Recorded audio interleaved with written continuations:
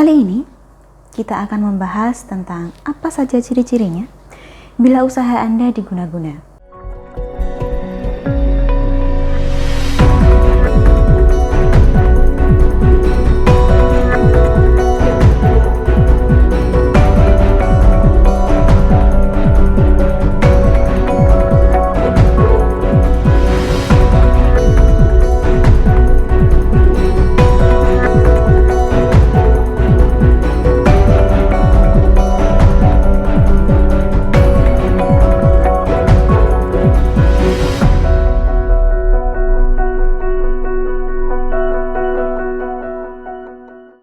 Salam Rahayu, dengan Dewi Sundari di sini.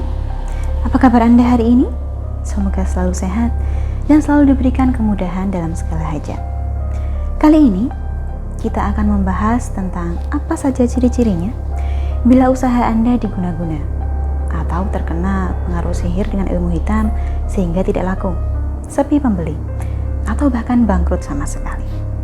Tapi terlebih dulu perlu saya tekankan dari depan bahwa saya tidak berharap Anda menjadikan ciri-ciri berikut ini sebagai sebuah alasan untuk mencurigai seseorang. Bukan itu intinya, bukan itu tujuan kita. Tujuan kita adalah agar bisa lebih mawas dan berhati-hati. Sebagian dari Anda mungkin masih ingat, di salah satu video saya yang dulu membahas soal penyebab aura negatif atau penyebab energi negatif, pernah saya sampaikan bahwa buruk sangka kita bisa menjadikan kondisi kita tak kunjung membaik.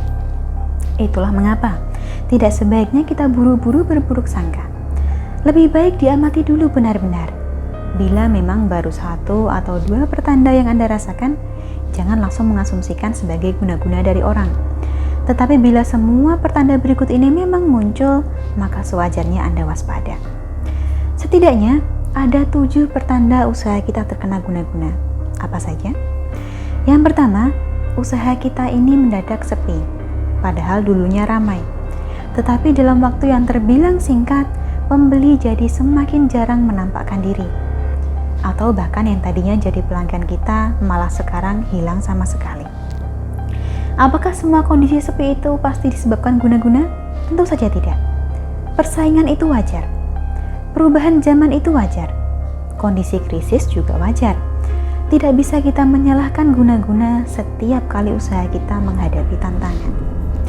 Pertanda yang kedua, Anda merasakan ada hawa dingin atau hangat atau perasaan angker atau juga sensasi merinding setiap kali berada di tempat usaha Anda tersebut.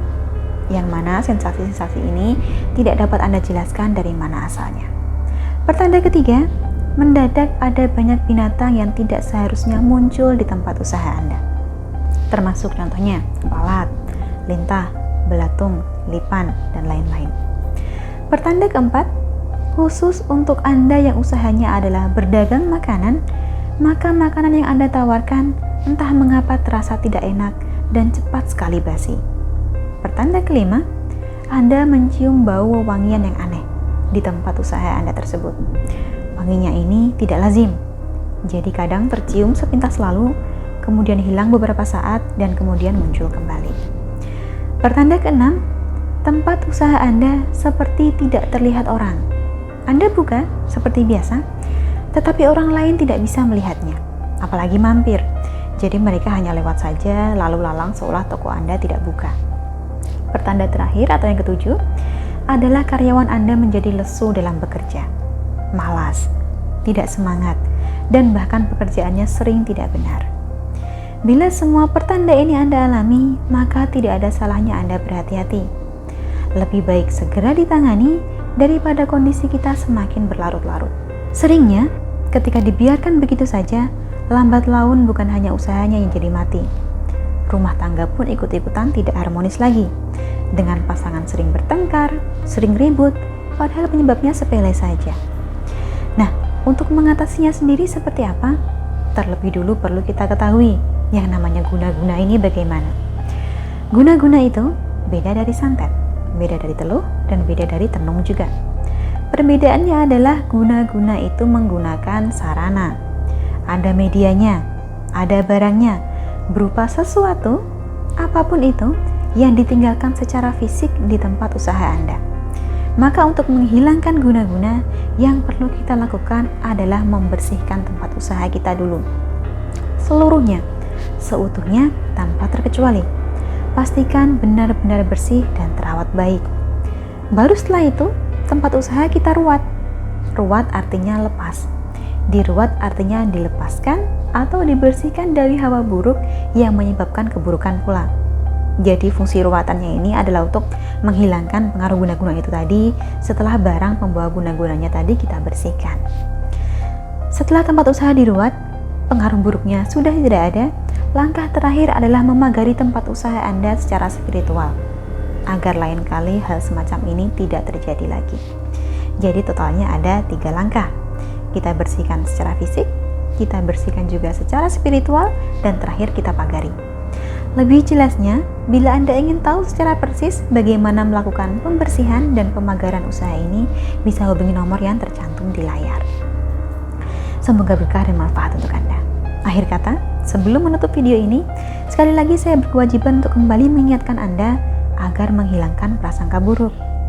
Seringnya, ketika orang usahanya diguna-guna, yang dia pikirkan bukan bagaimana mengobati kondisi ini, tapi justru siapa yang melakukan.